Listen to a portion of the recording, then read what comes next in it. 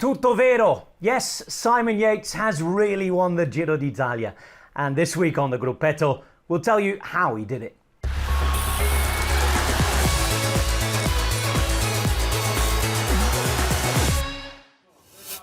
It all ended with this. Not even the best script writers would have imagined the lines being read so well. Perhaps both the Giro D'Italia and Simon Yates deserve an Oscar, as well as a pink jersey. The never-ending trophy, a reward for never-ending torment with this race. But how did we get here?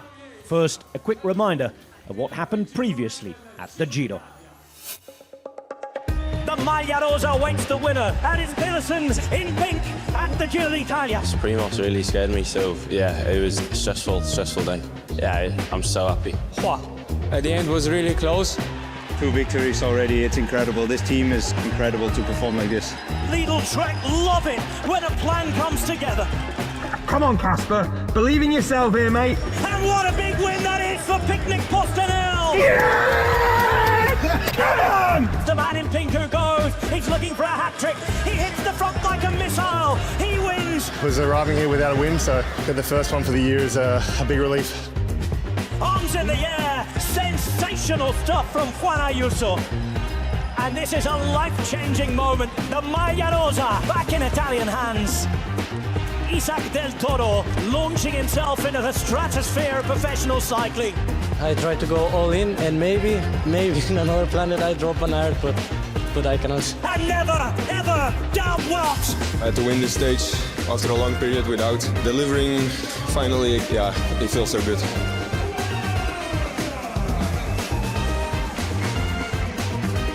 Richard Carapaz is back. He's in the hunt for the pink, and he wins stage 11 of this quite brilliant and open Giro d'Italia. Mars Pedersen, what a warrior. He did not give up. He will never give up. And now he's about to get his reward. Beautiful.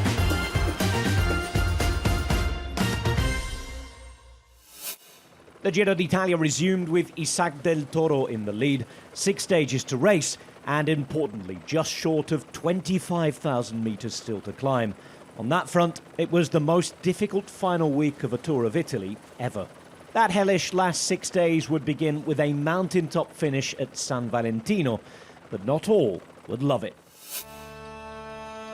Hope you're all rested well, because you will need it. Today is the day of days, mountain after mountain, 5 of them to take on, 4 of them categorised. It's wet here, and when I say wet, I live in the north, it is proper wet. Crash behind on the left-hand side, yep, rider down. Sadly for Primož Roglic, it's game over for him. Touch paper has been lit. We are all set for a finale full of fireworks on this biggest of big stages. It's Isaac del Toro versus the challengers. Simon Yates makes his move, but Carapaz once more. No! It's disaster for UAE Emirates. Carapaz is absolutely flying. Italy has the win. Cristian Scaroni takes it. Fireworks have flown at the Giro d'Italia. Down, but it doesn't look like he's out.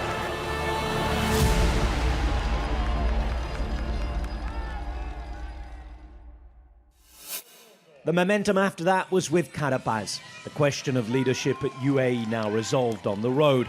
But would Del Toro be able to hang on? Next up was an ascent of the mighty Mortirolo. So the pawns have been laid on the chessboard. The game not far from beginning. Now Richard Carapaz attacks. The maglia rosa's drifting to the back. Here's the maglia rosa. He's right at the front driving it, and he's trying to go across. What a race we are watching. It's incredible today. I realized that I will never give up, and I will always stay one step in front, and I will always try it.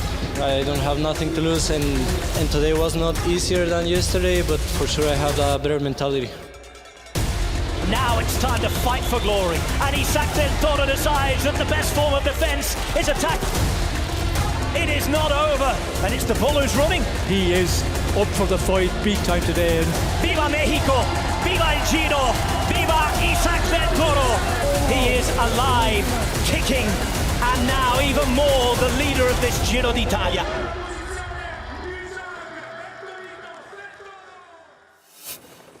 What a way to hit back. Mexico's 21-year-old star was hoping to become the third youngest winner ever of the Giro in its 108-year history. And Del Toro would have been happy of a breather as the breakaway fought out stage 18. The early part of the day saw more woe for his teammate Ayuso, a bee sting hampering his health and forcing him to stop in the opening kilometres. A fast start ended in a mightily big group up the road, and Nico Denz outfoxing the rest on the circuit in Lombardy. Red Bull Bora Hansgrohe's Giro rescued following Roglic's abandon. Next up, more mountains, and possibly the most difficult stage on paper of the Giro, made even harder by the hot weather. Lots to decide today, but we're here for the GC fight. Maybe I can try something, but you need the legs to do it as well. So we'll see how today goes, and if I see any opportunities, I'll try to take them. I like the longer efforts a lot more than the punchy stuff. So hopefully these last few days suit me well. Here is Wout van Aert, the first of those pawns in the game to try and move up the chessboard. Antonio Tiberi on the move. Now that's interesting. It's hot work. This isn't a good sign. Struggling. He looks calm as a cucumber, doesn't he? He looks so relaxed. It's all about to happen. Get yourselves ready. An attack now from Nicolas Prudhomme. Maybe realising, being told that the gap's coming down quickly behind. Carapaz is going now. Carapaz is going. They're off, fighting it out for the Giro D'Italia. Nicolas Prudhomme has done it.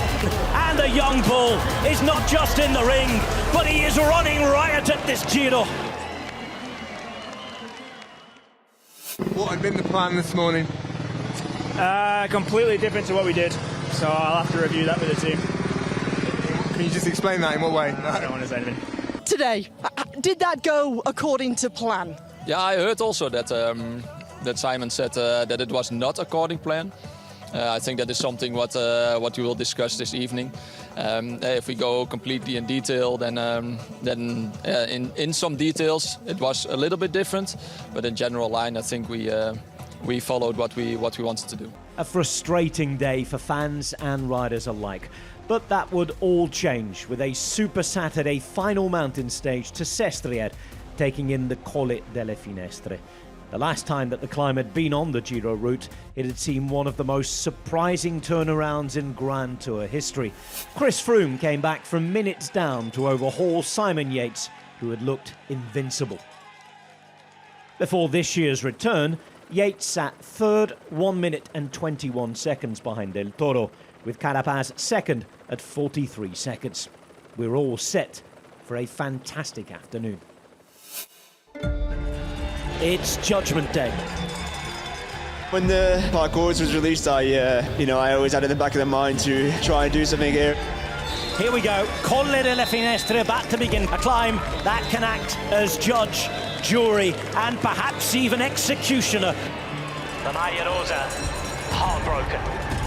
It's time for Carapaz, and Isaac Del Toro is pedalling for his Giro life. Simon Yates takes off on a mountain that means so much to him, and not necessarily in the best way. I also had doubts this morning if I could really do something, but the guys, they encouraged me and believed in me. He goes, no reaction. What a story this is. He's on his way to redemption. This is what fairy tales are made of. He's timed his run to perfection. I was on the radio, blabbing, asking for the time gap because I really, I never truly believed until the very last moment there. So, I've been speechless really. Enjoy these meters, Simon. It's all yours, It's all yours here. It's redemption like we've never seen it. It is sensational. That's amazing. Remember where you were. The Colle delle Finestre now belongs to Simon Yates.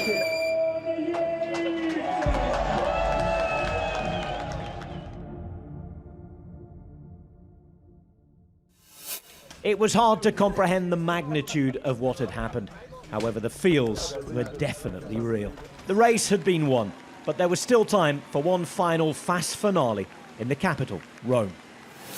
600 metres to go. Coming up to that chicane, then it will rise up to the finish. The Giro D'Italia about to end. Simon Yates is going to win the overall, but who's going to take the final stage? His teammates are on the front. There is Affini. This is perfect stuff from Visma-Lease bike, just as it was 24 hours ago. Affini swings off. It's Wout van Aert time. He goes up the hill. On his wheel is his teammate, Olaf Koy. Trying to sprint around them, there are several riders, including Pedersen. Koy it is who launches through the centre. Moschetti's there as well. Pedersen looks boxed in at the moment. Koy's still going to the line. Koy's there, but Groves is coming around. It is Koy, and they've done it for a third time. Visma-Lease bike win the stage. Olaf Koy takes it. And 7 years later, Emperor Simon Yates rides into Rome victorious. In the words of the newspaper that invented this most beautiful of bike races on this planet, tutto vero, it's all real. Simon Yates wins the Giro d'Italia. Well, we're all Giro'd out. From start to finish, the suspense was there. A thrilling race, beginning in Albania, ending in Rome, but with most of the drama concentrated in the northwest of Italy in the high mountains. That drama coming to a head with that Colle delle Finestre stage. Simon Yates taking the pink jersey, and Visma-Lease bike are back as a Grand Tour team. They've won one for the first time in 18 months after that brilliant year where they couldn't stop winning them. In fact, all three went to them a couple of seasons ago. But ever since that Vuelta, where they had to decide things in-house with the 1, 2 and 3 on the podium, they've been nowhere near at the same level. That was UAE's dominance last year, bit of Red Bull too, but this year, Visma-Lease bike, with their new signing, winning already. Key to that was Wout van Aert, wasn't he, as well as Simon Yates' top performance. The rest of the domestiques, Steven Kruijswijk with a top performance. Wilco Kelderman was there as well. There was Affini from Bala and a really impressive Barret Lemon as well. But Van Aert, on that day, towards the end, after having won a stage, looked like the Van Aert that we saw at the Tour de France a couple of years ago. Interested to know what you think about Visma-Lease bike and how they head to the Tour as well, because from here, Simon Yates will rest up, recover and likely be part of that Tour team. Whatever we tell you here in this short section, if you've got anything to add or anything to agree or disagree with, put it down in the comments, will you? We'd love to hear your thoughts. Now then, moving on. Isaac del Toro took the white jersey, didn't he? A brilliant performance from the 21-year-old. Of course, if he'd have won, he'd have been the youngest Giro d'Italia winner since the 1930s and 40s. It'd have been a heck of a long time. He was the youngest best young rider, youngest man on the podium for a long, long time. And he was a sensational find. Fine, perhaps stretching it a little bit. He won the Tour de l'Avenir. We knew that he was a racer, an intelligent racer, and, well, an exciting racer. Maybe that intelligence in terms of racing nous and knowledge will be questioned, certainly after what happened on the mountain, but we don't know all the facts, do we? What were they telling him in the car? Did he have radio communication? If he did, could he hear it in amongst all the fans? What was happening with Carapaz? We saw behind the podium that sort of spat continued. Be interesting to see if it continues for some time as well. But Del Toro, no doubt disappointed, even though failing to perhaps admit that he was too disappointed at not winning the race. He will, however, be buoyed, and I'm pretty sure, given what he's shown in the interviews, the things he said, we will see him back. Where does he fit in though now at UAE? We know that Pogacar is the undisputed leader of that team. If he gets his chances, where does that leave the likes of Ayuso and the rest? Another thing that we'd love to hear from in the comments.